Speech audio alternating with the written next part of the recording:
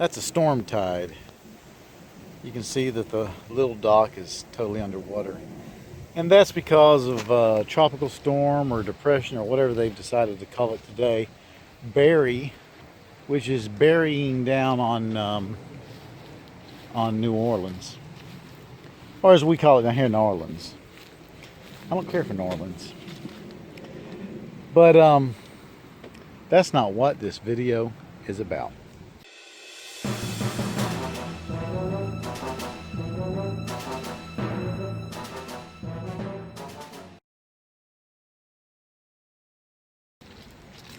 Today I want to talk about not so much a new purchase, but the reason why I've made this purchase and what I'm doing with it.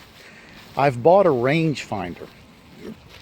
But the reason I bought this rangefinder is for prepping, for SHTF kind of stuff. And the one I got is the 6 hour 12 kilo 1200. And this isn't a review on rangefinders because frankly, you're not going to find anyone dumber than me on rangefinders. Now what I've done is I've bought this rangefinder so that I can range my homestead. In other words, if I'm standing here on my front porch and I want to shoot a squirrel out there, or God forbid, I have to take on some intruders, I want to know the range that they're at. So what I've done is I've drawn a very rough map. Let me get it folded here where you can see. And this gives me the ranges to different locations. Now when I did this I went a little crazy and I've got like every tree and everything like that. But the main thing I want to range is that greenhouse. I want to range, if you can see it, that gate where my neighbor and I's meet and trade eggs and fish. I want to range the dock area. I want to range where the road comes in on my property. I want to be able to range, you see behind the truck, if a boat was coming around the bend from the bay, I want to know what that distance is. So that's what I've done. I've ranged all those things. And now I'm going to take this really rough map and I'm going to transfer it to a little bit better map and make myself a range card, which we'll talk about in a little bit. Now those were all ranges I took from my front porch, and I think they're important to have. But in an SHTF situation, I don't want to be fighting from my front porch. I want to be fighting from, if not my property edge, somewhere that is a little more tactically sound than the front porch. And I want to reach out farther than on my property. Now I'm here at my only pine tree. It's the one that's got the bees in it. And from here, I can see the bridge that goes over the bayou farther upstream from me. And I can also see I won't call them a neighbor because they're pretty far away, but I can see a house. And I think it's important to range that bridge and that house. Now looking downstream, let's see here. Looking downstream, once again, I spoke about it earlier, there's that bend where if somebody was coming around the bend from the bay, it'd be the first time I got a clear shot of them.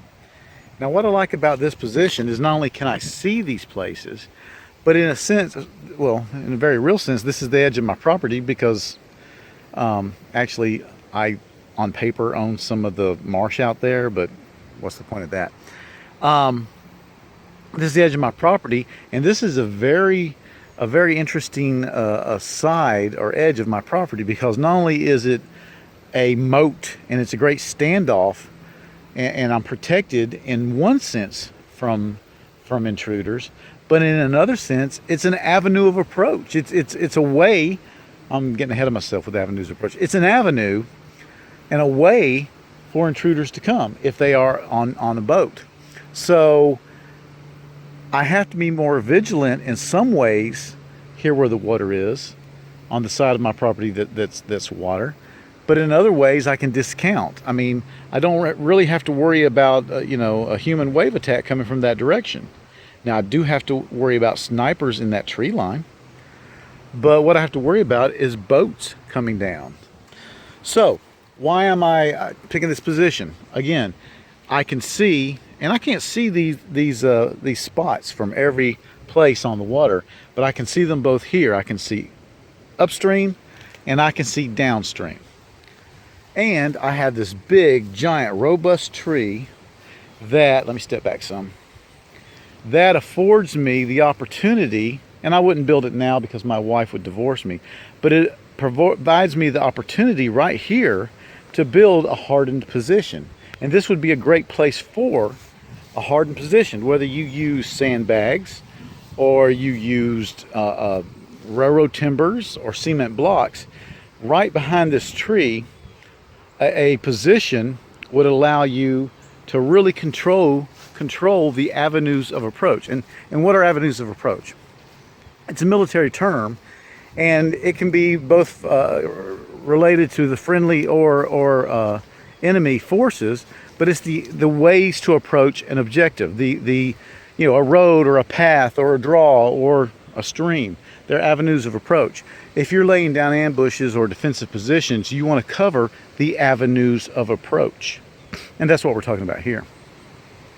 Now, this is really getting grown over here in this part of the waterfront, and I'm letting that happen on purpose. The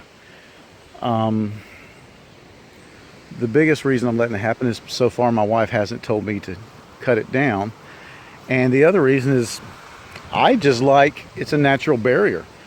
Very unlikely somebody right now in a non-SHTF situation is going to try to land a boat here. So what we're going to do is we're going to go back up here to this position, this pine tree, from which I've decided, like my front porch, to shoot some ranges. Now, something else you can do is not just shoot ranges, you can shoot azimuths to these places with a compass. You say, why would I do that?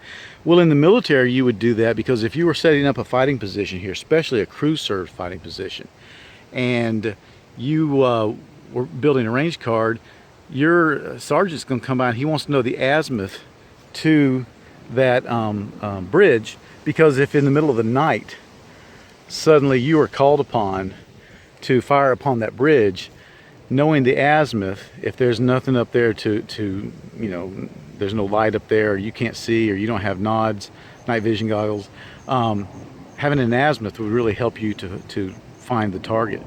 So you could do that. I'm not really doing that today. It's probably a good idea to add it to the range card later, but one thing at a time. So what we're going to do is we're going to take the rangefinder and we're going to shoot the range to those items.